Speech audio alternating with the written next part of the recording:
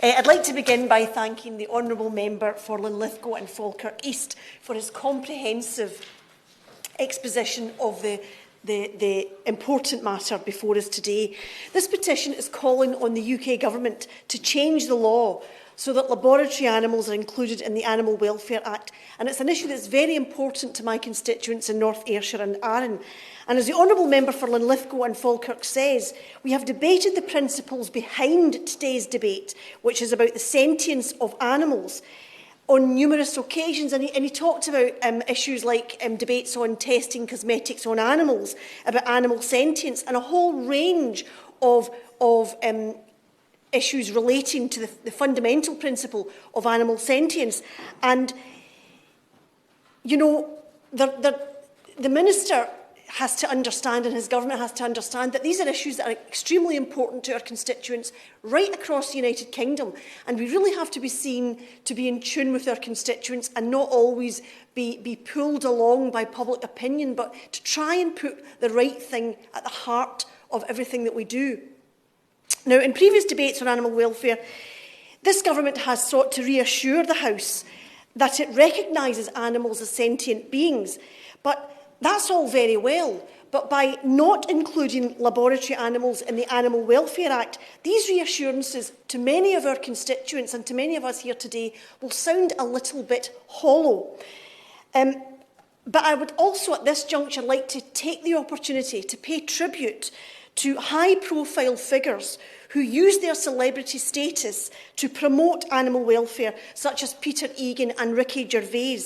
And I'm sure that all animal lovers are grateful to them for the work that they do.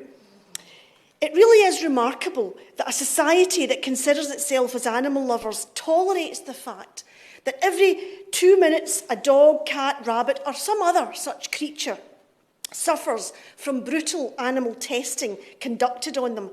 And it's remarkable, is it not, that animals in laboratories can be poisoned by toxic chemicals, shot, irradiated, gassed, blown up, drowned, burned, starved, mutilated, or some other such horror.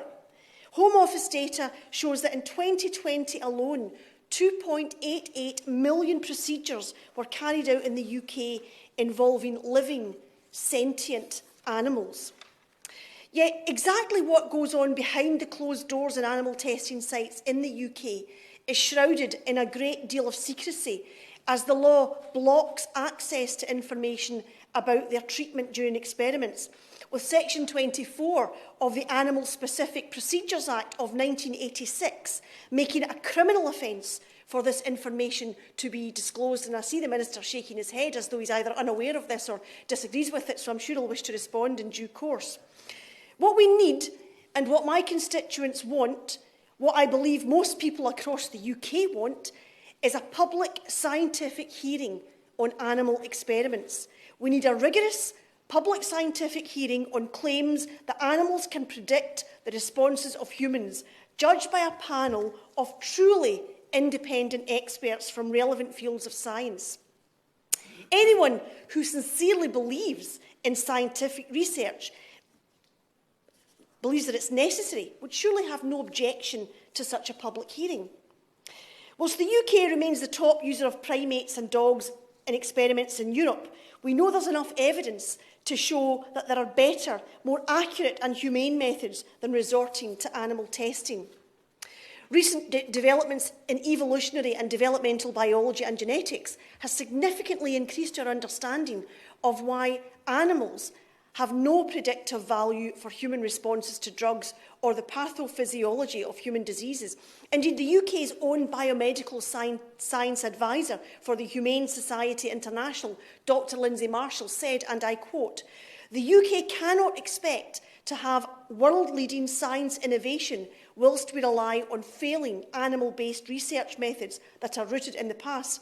And the doctor goes on, "The data shows that animal models are really bad at telling us what will happen in a human body." The reality is that it is a human instinct to recoil at the thought of and the deed of inflicting unnecessary suffering on a sentient creature. The Animal Sentience Bill enshrines the recognition in law that animals experience joy and are capable of feeling suffering and pain. If that recognition means anything, it must also be recognised in those animals who happen to be in laboratories. And the Honourable Member for Plymouth, Sutton and Devonport made an important point about the use of the Ministry of Defence using animals for experimentation, something which I think is not widely known and which would perhaps be quite alarming for our constituents to know about. The UK is supposed to be an enlightened society, but to be so means more than words. It must be reflected in how we treat other living creatures. The European Union has moved with the times, moving away from cruel experiments on animals towards cutting-edge replacements, as we can see by the European Parliament voting in favour of developing an action plan to phase out animals phase animals out of the EU science and regulation. Now, I know there are some people on the government benches, and perhaps none of them are here today, but I know that some of them, their hackles will rise at the prospect of following the example set by the EU. But this is about preventing the unnecessary suffering of our fellow creatures and moving into the 21st century where the science is taking us, if we let it. As Dr. Lindsay Marshall said, using animals for research can be, and I quote, dangerously misleading. Now, notwithstanding the very important contribution today from the Honourable Member from North Thanet, we have to follow the science and start to move away from research which can be dangerously misleading and recognise that animals as the sentient beings that they are, wherever they are. Now, let's follow the example of European nations and PETA and develop a roadmap for moving away from experimenting on animals and towards better methods that offer us real hope for cures, which is what we all want to see. And I hope that the Minister will see the wisdom of ensuring that lab animals are included in the Animal Welfare Act, even at this late stage. I hope the Minister is listening and will lend his weight also to establishing a public scientific hearing on animal experiments. Science is about the search for the truth. So let's test the long-held so-called truths about animal experimentation using truly independent experts and see where the science takes us. No one should be afraid of that, whichever side of the argument they happen to be on.